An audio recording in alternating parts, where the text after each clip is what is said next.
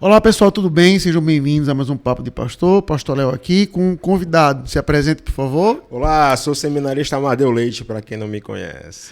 Ainda seminarista, né? Tá para se formar. E, se Deus permitir, dia 3 de dezembro, sai dessa vida. Mão. Muda o status, né? Calma. Tá certo. Amadeu de Fortaleza, né? A gente, quando fala assim que é seminarista do Jockey, é por uso capião, né?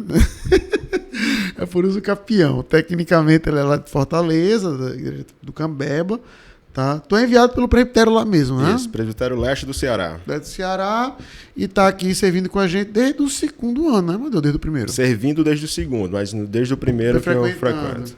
Tá? E hoje a gente, o pastor Cia ainda tá de férias, né? Então sigamos orando por ele. E hoje a gente não vai comentar, né, Amadeu, um evento, assim, né? No dia de notícia, a gente pega uma notícia e comenta. Mas a gente vai estar comentando um evento que começou essa semana no Brasil, oficialmente, né? Que desde do início desta semana, oficialmente começou a campanha política no Brasil. Tá? Aqui no Brasil a gente tem aquela gambiarra que é pré-candidatura, né? O cara pode fazer comício, o cara pode fazer tudo. Desde que ele não coloque o número dele, tem problema. Mas agora, essa semana, né, que está gravando, oficialmente começou a campanha política no Brasil. Então, você já vai começar a ver aí, já estou vendo um monte de carro com número, né, propaganda política. Hoje mesmo eu fui tentar fazer um rápido teste no YouTube, assim, naqueles shorts, que eu até comentei, eu fui passando alguns, aí no espaço de 1 minuto eu já vi podcast daquele Bolsonaro, que ele falou 5 horas naquele podcast do Flow, parece, não foi? O recorde. Um monte de corte daquele dele, e vi Lula dançando frevo. Creia, eu como recifense, deu certinho. Então, a nossa ideia aqui hoje não é voltar atrás, que a gente falou, a gente não vai indicar o que deve voltar, o que não deve voltar, o que deve ser evitado, o que não vai ser evitado. A nossa ideia mais aqui hoje não é uma conversa, né, Amadeu, como a gente está conversando um pouco em off, hoje em dia, a política da briga, da separação, tá? E a pergunta é, um cristão, diante disso, como ele se porta? Ou seja, agora começou a campanha política. Em linhas gerais, como é que um crente deve se portar à luz dessa caoticidade que é o mundo político aqui no Brasil? Pastor, a meu ver, a base é a Escritura, ela diz que nós devemos zelar pela unidade. E essa unidade já existe, que é o corpo de Cristo. E em Efésios 4, né, está até aberto aqui, quando vai falar o apóstolo Paulo exortando ao povo a zelar pela unidade, a viver em unidade, que devemos ter longânimo, suportar uns aos outros, se esforçar para que essa paz exista. Né? Deve existir um esforço do crente para que essa paz exista. E outro fato, né, quando o apóstolo Paulo vai falar aos Filipenses, quando tem um caso lá das duas irmãs, né, são crentes, que tem uma discussão que é Evódia e Sintique, o que o apóstolo Paulo pede lá, aquele que vai moderar o caso, é o quê? Rogo a Evódia e a Sintique que pensem concordantemente no Senhor. A base é a Escritura. Então somos chamados ao quê? A zelar pela unidade. E assim a amizade deve se buscar zelar pela amizade. Pois é, sabe? E o que me preocupa, sabe, Amadeu, vou até voltar um pouco ao que você está dizendo. É um pouco antes, sabe? Eu lembro quando, em 2020, quando teve a eleição nos Estados Unidos, aí quando o Joe Biden foi eleito lá, Amadeu, eu não estou nem exagerando, teve uma capa de uma revista chamada Jacobinos, que mostrou a eleição de Joe Biden como se fosse a segunda vinda de Cristo. Sabe? Não sei assim, aí como se fosse uma figura mística mesmo, sabe? Divina, melhor falando. E o meu medo é exatamente esse, de que nesse período agora, esses meses até a eleição, como manter a unidade, agora que eu concordo obviamente com tudo que você falou, mas em que muitos crentes vão estar pensando nisso 24/7. Ou seja, o cara vai acordar pensando nisso, o cara vai dormir pensando nisso, a cabeça do cara vai estar infestada disso, o grupo do WhatsApp dele vai ser assim, ó aqui o que Lula fez, ó aqui o que Bolsonaro fez, ó aqui o que Lula disse, olha aqui o que Bolsonaro disse. Ou seja, o cara vai estar naquilo ali, 24/7. Tá? Como manter a unidade diante disso? Quando olhamos para as Escrituras novamente, a gente vai ver que a nossa pátria é celestial. Né? E se apegar a essas coisas, discutir por essas coisas, é se apegar às coisas daqui, da vida terrena. E quando o crente, ele deve sim buscar viver em santidade. Dentro dessa santidade é o quê? É lendo as Escrituras, é orando ao Senhor e tendo discernimento para quando vier a acontecer alguma dificuldade, ele tem uma atitude santa. Uma atitude de quê? De alguém que suporta, alguém que é longânimo. Deve ter essas atitudes, entendeu? Ter esse entendimento. Reflete e tem uma atitude santa. Essa é a minha visão. Eu concordo, óbvio, com o que você falou, Amadeu. Eu só recomendaria ao cristão duas coisas, então. Sabe? A primeira, né, eu lembro quando eu dei uma vez uma palestra para os jovens sobre isso, sobre a questão de política, que eu tenho uma visão de política que é um pouco ímpar, e eu não vou nem tentar explicá-la aqui agora. Né? Acho que eu já expliquei lá nesse podcast. O cara fez um monte de corte. O cara pegava, eu vou desde o início, um monte de corte. O cara consegue ver mais ou menos como eu penso, sabe? Mas eu dei um estudo certa feita. E nesse estudo eu comentei assim, de que uma maneira do cara não se envolver tanto é sair um pouco das redes sociais. Porque veja, Amadeu, eu nem sei, nem vou dar uma de brá para não dar informação equivocada. Se tecnicamente a internet de hoje é chamada internet 3.0, 4.0, não sei. Há algum tempo atrás, quando ainda era chamada de internet 2.0, o que era a internet 2.0? Era a internet em que o Amadeu, no primeiro momento, a internet para o Amadeu era um jornal, por assim dizer. Ou seja, então, ele tinha a Folha de São Paulo, um exemplo, em casa e tinha na internet. Aí o advento da internet 2.0, com a chegada do YouTube, essas coisas, era que você era o produtor de conteúdo. Então agora eu vou ser a Folha do Ceará, um exemplo. Né? Aí a revista Time, em algum ano, que eu não vou lembrar qual, né, que tem aquela O Homem do Ano, sempre tem, era um dedo apontando assim, era você. Você era o Homem do Ano, por causa da internet 2.0. Então veja, com o advento dessa internet, né, não sei em que ponto está hoje, não sei se 2.0, 3.0, não sei. O que todo mundo começou a pensar? Que a minha opinião tem que ser dada e minha opinião é importante. Então eu tenho que comentar sobre tudo. Tudo. Eu vejo alguma coisa, eu tenho que comentar. E aí foi que eu comentei de que a sua opinião não é tão importante assim. E você não precisa comentar sobre tudo. Então, uma maneira do cara evitar estar pensando nisso é sair da rede social. Ah, pastor, mas tudo bem. Faça feito eu, então. Silencie todo mundo no Instagram. Se você olhar meu Instagram, todo mundo silenciado. Eu não vejo ninguém. Se eu abrir aqui, vai aparecer. Seu feed de notícia está completo. Porque todo mundo... Só não é silenciado o Joque, a igreja, Piripiri, Piracuruca e o Alci e minha esposa. Pronto, 5 pessoas, 5 perfis não são silenciados. O resto pode estar postando magia negra lá. Se não me marcar, nunca saberei. Sabe? Então é uma maneira do cara não ficar com a cabeça nisso. Entendo. Eu preferi fazer o quê? Eu silenciei, certo? Mas em algum momento do dia eu olho o que está acontecendo. Mas no Instagram ou nas notícias? Tudo. Ah, não olho. Tudo. Qual foi a minha atitude? Não comentar. Entendi. Tu olha, mas não comenta. Não comento. Entendi. Tudo bem. Se você tiver uma disciplina para isso, eu concordo. Mas o meu ponto, sabe, Amadeu? Aí, não sei se é porque eu estou com a cabeça já preparando o sermão do próximo domingo, que é sobre o primeiro mandamento, né? Não traz Deus diante de mim.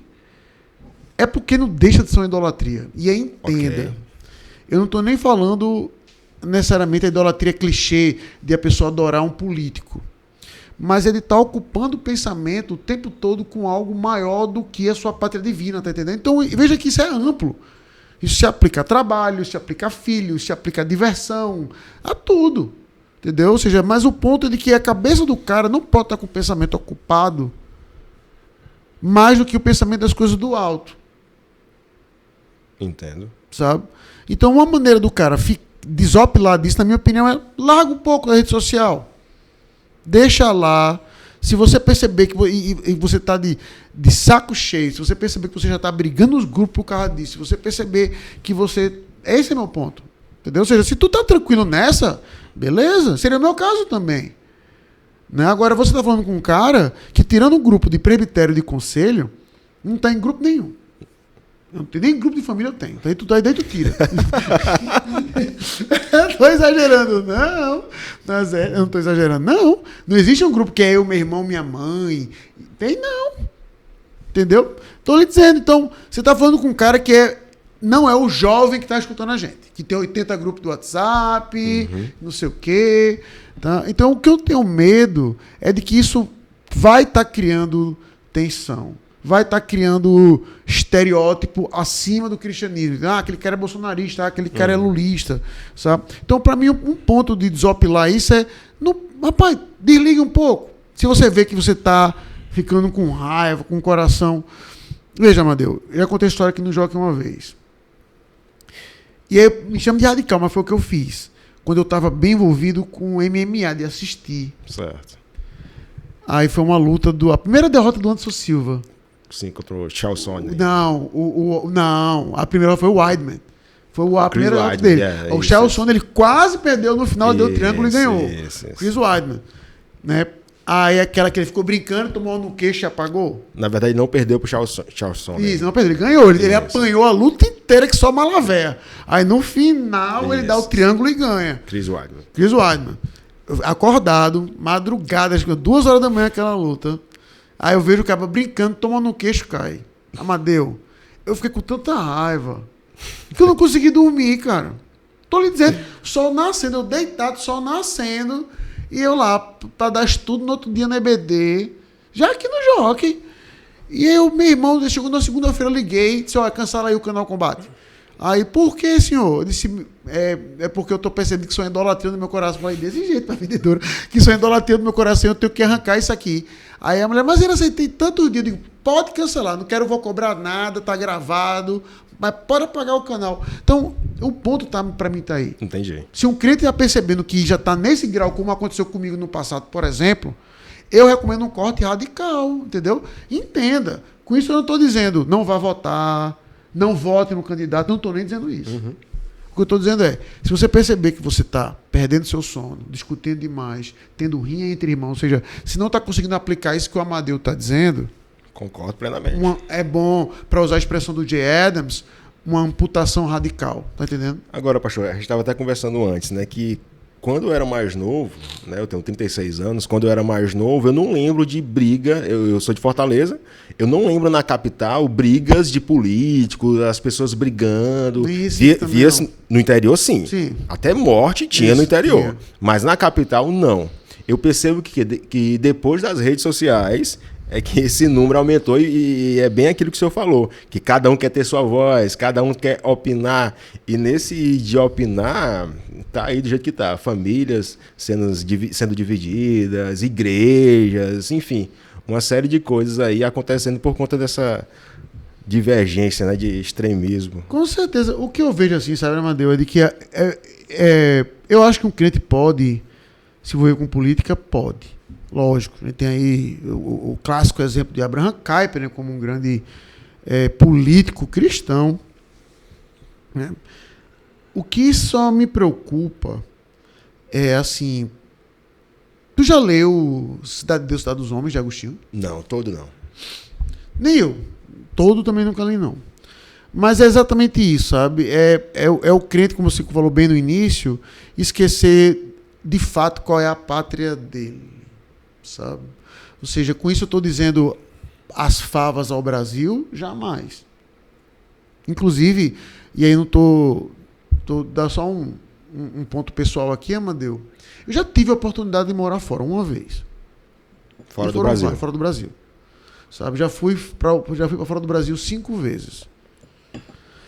Então, se você perguntar assim para mim, pastor, quando você vê as coisas lá fora, primeiro mundo e tal, eu fui para os Estados Unidos e Inglaterra. o senhor não tem vontade de morar lá, não? Não. Sendo muito sincero, Amadeu. Eu já penso assim, que eu tenho que... o que eu vejo lá de massa, eu quero trazer para cá. Eu quero tentar replicar aqui em algum grau. Uhum. Só que acho que talvez esse seja o aspecto de diferença. Eu coloco essa responsabilidade nos meus ombros. Eu não quero que o Estado faça isso por mim. Sim. Entendeu? Então, eu acho que a gente tem que se importar com o Brasil, com certeza.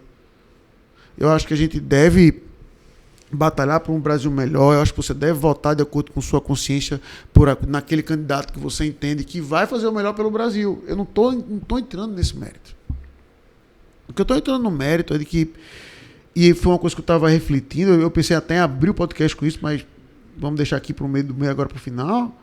Era de que se você parar para pensar, Amadeu, Winston Churchill, ele falou assim, que de todos os regimes de governo, a democracia é o menos pior.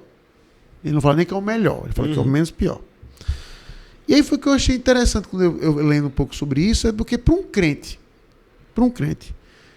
e aí, de novo, se a gente fosse famoso, esse é o momento que alguém ia fazer o corte no podcast para tirar de contexto e me lascar. Ainda bem que a gente não é.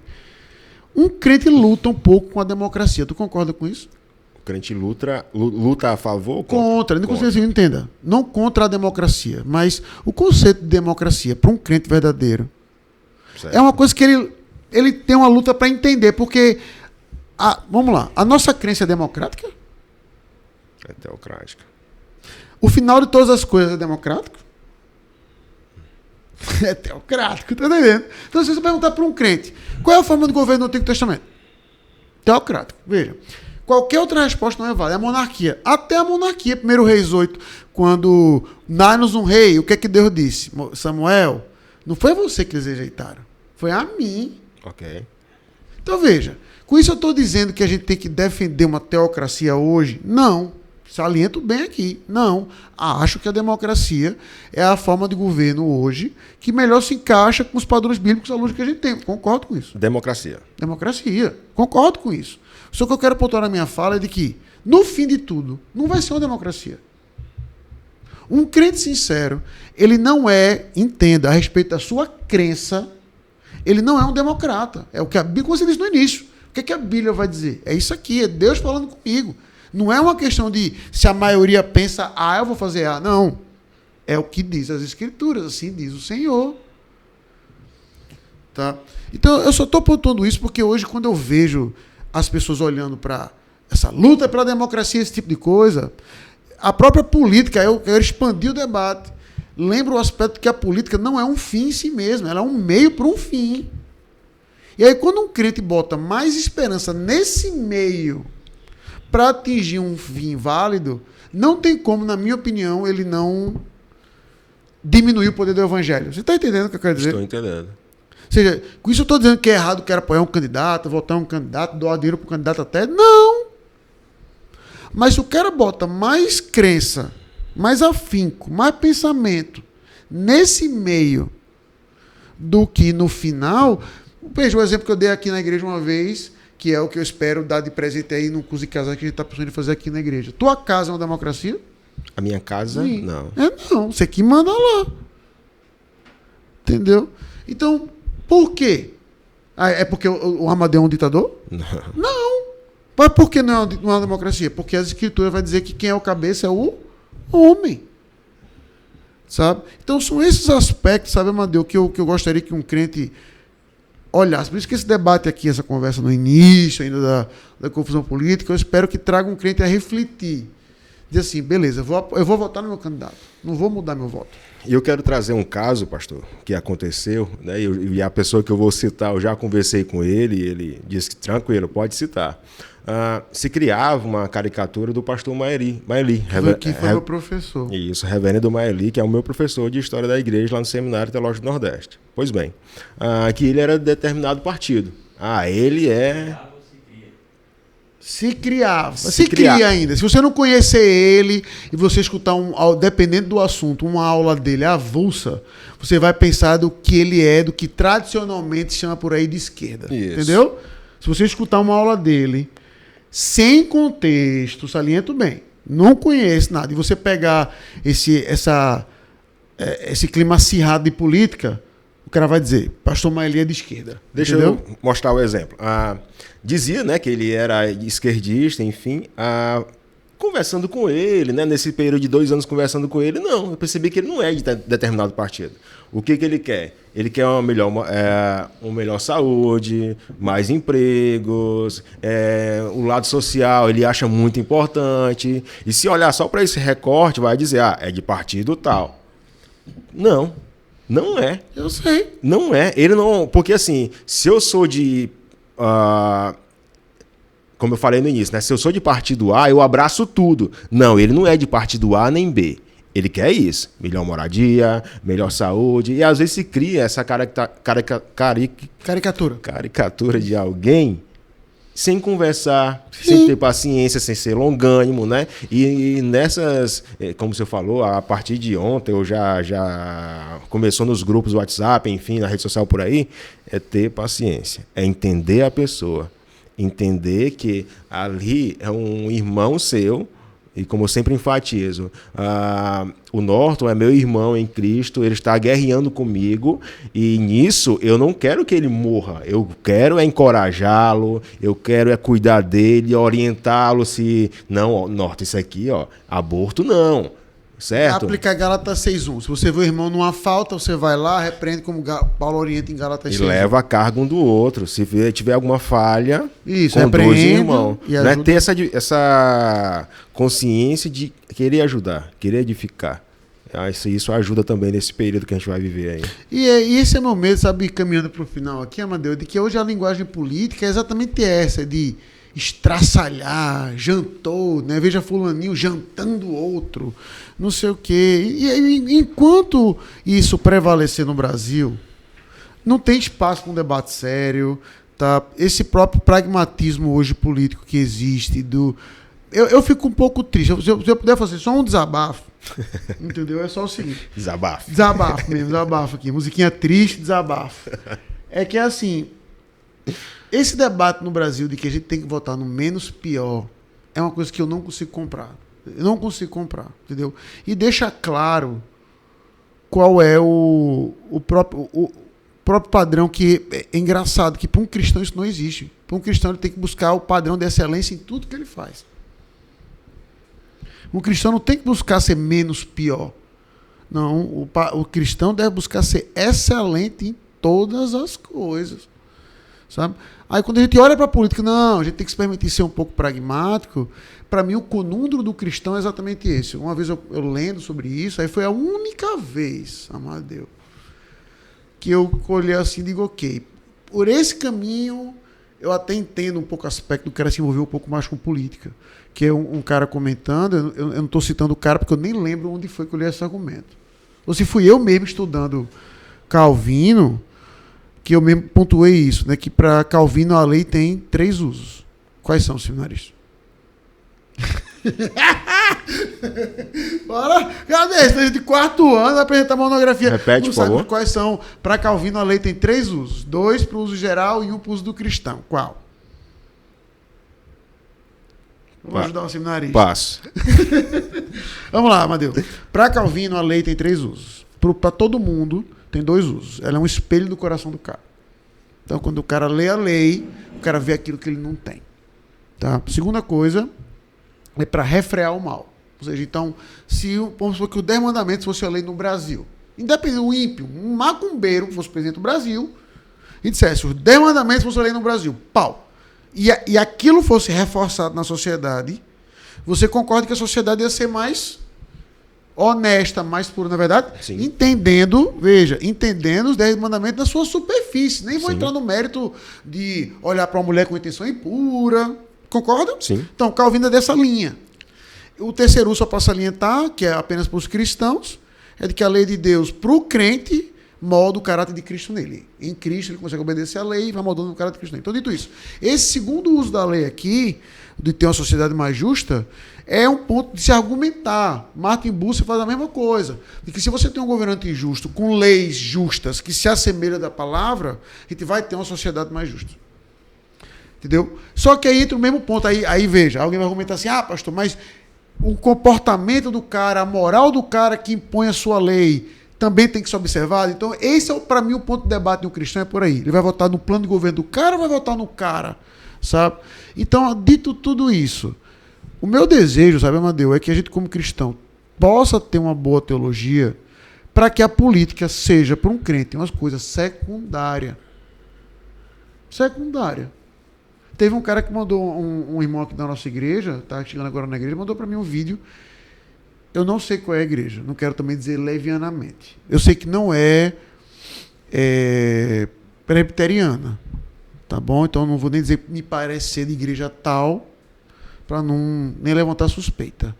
Mas foi lá em Alagoas, onde estava o presidente da Câmara, Arthur Lira, e aí estava lá no púlpito já. Aí disse, fulaninho, aí chamou um pastor aqui. Esse cara aqui, esse cara aqui, viu, deputado? Vai ser o pastor lá. Ele só tem permissão de falar de Jesus e de você no púlpito. Se ele não falar, a gente tem um trabalho no Tibete que está precisando de gente, não sei se puder mandar o cara para lá. E aí eu não sei se reflexo, não sei, nem quero olhar demais onde coisa não tem. Esse pastor que foi chamado ainda curvou assim pro cara. Sabe? Então são essas coisas que me preocupam. A igreja está infestada de pastores que veem muita importância na política, o membro vê nisso também. Sabe? Enquanto numa igreja equilibrada, eu entendo que política sempre vai ser secundária.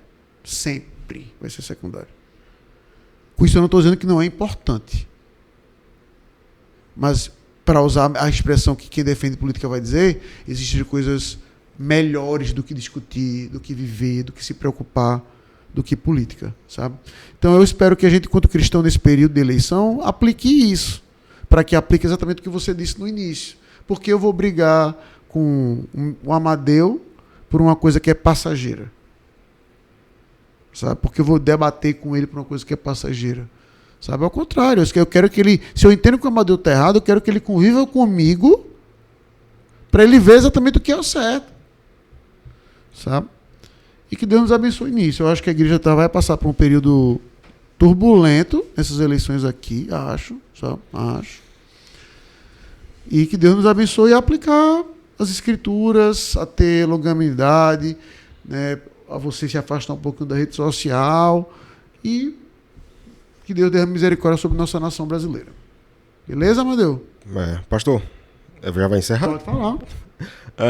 E o povo ter a noção de que no tempo lá, o povo queria um rei, queria Saul, que era alguém, né, diferenciado. Deles. Era diferenciado, enfim. E ter o cuidado para não estar olhando para o Saul do lado A ou o Saul do lado B. Sim. Né? Porque sempre vai ser alguém imperfeito, alguém, enfim, que ter o cuidado para não brigar por essa pessoa, se degladiar, não. A gente tem outras prioridades para gastar energia, que é pregar a Cristo. E aí você vê, né, Amadeu, como isso cega. Esse era o texto que eu quase vi, Amadeu, para ser muito sincero. Acho que até por prudência mundana. Não vou nem mentir. Primeiro Reis 8 era o texto que eu ia pregar domingo agora. Para falar, não traz os deuses dentro de mim. Só que eu não quis. Meu caso com política é justamente esse, sabe? Eu tento ser um pouco prudente, né? Porque eu sei que vai ter gente no expediente da igreja que é cego nesse trem. E. Sabe? Então, rapaz. Mas isso que é engraçado, porque quando Deus, assim, veja que a conversa, Samuel vai e volta. Dá-nos um rei. Aí Samuel vai para Deus e fala assim: o povo quer um rei. Aí Samuel fica com raiva, Deus diz: não foi a você que eles rejeitaram, foi a mim. Volta para o povo e diz o que o rei vai fazer. Aí, veja, aí quando o Samuel volta, se você ler lá, você vai ver que é só desgraça. Parece o Brasil. Mas vai aumentar imposto, ó, seus impostos vão aumentar, seus filhos vão trabalhar até morrer, suas filhas vão casar com não sei o quê. Ele faz um relato do Brasil 2022. É a mesma leitura que eu faço. Ele vai em 2022. Parará, o povo diz o quê? Não importa. Dá um rei pra gente. O grau de cegueira é absurdo. Então, ou seja, a gente tem pessoas assim na igreja que quer o Saul. Entendeu? Meu amigo, vai acontecer isso. Não importa. Não importa. Sabe? Enquanto que a gente tem que sempre sondar o nosso coração, e aí, insisto, não se aplica apenas à política, mas a trabalho, família, sim, tudo. Se a gente tem alguma coisa ocupando mais o nosso coração do que a nossa devoção a Deus. Sabe? Então, nesse período de política, é fácil a gente pensar que é só uma fase, que é só um momento. Vão ser só 2 meses de agonia, depois pronto. Sabe? E não é. Tá bom? Então, que Deus nos permita manter uma cabeça teocêntrica, sabendo que as palavras dos nossos lábios e o meditar do nosso coração sejam agradáveis diante da presença do nosso Deus. Beleza? Tranquilo. Você tem uma pergunta. Eita. No final, para acabar com chave de ouro. Responda agora ou crie, né? Outro momento aí para um podcast. Teve uma fala do senhor aqui na igreja, e eu achei muito pertinente, que é em relação à resposta de quando um político vai subir aqui no púlpito da igreja do Jockey. Se o senhor quiser responder agora... Nunca. Enquanto eu for pastor da igreja, nunca. Aqui na Jockey, político não vai ter vez, não. Sabe? Não é o espaço dele, não é a esfera dele, não é a chave que Deus deu a ele, entendeu? Então, se algum dia algum político vir aqui na igreja, ele vai ser tratado como um visitante, como qualquer outro, entendeu? Eu vou apertar a mão dele na porta, seja bem-vindo, entendeu? Se ele for um prefeito, um governador, uma coisa do tipo, eu não tenho dificuldade de chamá-lo. Aí veja, Amadeu, aqui na nossa igreja, a gente tem, não tem deputado, nem vereador, não tem não. Não que eu saiba. Tem ex-mulher de prefeito. Dona Senira, o marido dela foi prefeito, não, certo? Mas, fora isso, acho que a gente não tem ninguém com cargo eleito aqui na igreja, não que eu saiba. Mas tinha juiz, agora se aposentou, tem médico, tem um monte de coisa. Aí isso que eu acho interessante, que aqui na igreja, né, e não, isso não é exclusivo do Jockey, não, qualquer igreja. Lá a gente tem irmão. Lá a gente não chama, aqui a gente não chama a pessoa de doutor. Pode chamar por hábito e tudo. Também quero fazer aquela batalha em cima disso, não. Mas aqui a gente tem irmão. Aqui eu não chamo, por exemplo, Antônio. E aí, doutor Antônio? Chamo ele de Antônio. Mas se eu for para o consultório dele, chamo ele de doutor. Sabe, o meu oftalmologista frequenta aqui a nossa igreja, que é o Fábio. A primeira vez que eu fui lá, ele disse, e aí, doutor? Ele, deixa de coisa, pastor. Aí eu falei, veja que interessante, eu estou no seu consultório chamando você de doutor, e você pedindo para chamar você de Fábio. Só que aqui eu não sou pastor, e você tem que chamar pelo título. Então deixa cada cargo no seu cargo. Mas isso para mim é um ponto. Então, eu daria isso a ele. Ao abrir na porta, se eu reconhecer o cara, eu diria, seja bem-vindo, governador. Pronto. Agora, queria destacar aqui a presença do governador em nosso meio. Eu faria isso não, entendeu? Porque aqui na igreja, seja ele crente ou não, ele é mais um para ouvir o evangelho do Senhor com todos, para adorar a Deus ou ser confrontado com a palavra, entendeu? Então, enquanto eu vou pastor da igreja e manter essa consciência, acho que é por isso que não vem nenhum político para cá, entendeu? E por mim ele não vem mesmo não, né? Desculpa, refaço minha frase. Não vem no interesse de ganhar aparecer. Voto. Agora, se ele quiser vir para ouvir a palavra de Deus, cultuar conosco, será bem-vindo, como será bem-vindo qualquer pessoa aqui na nossa igreja. Beleza? Concordo com o senhor. Amadeu, obrigado. Muito bom. Pessoal, deixa o seu comentário abaixo, compartilhe, divulgue e até segunda, se Deus quiser. Valeu, pessoal.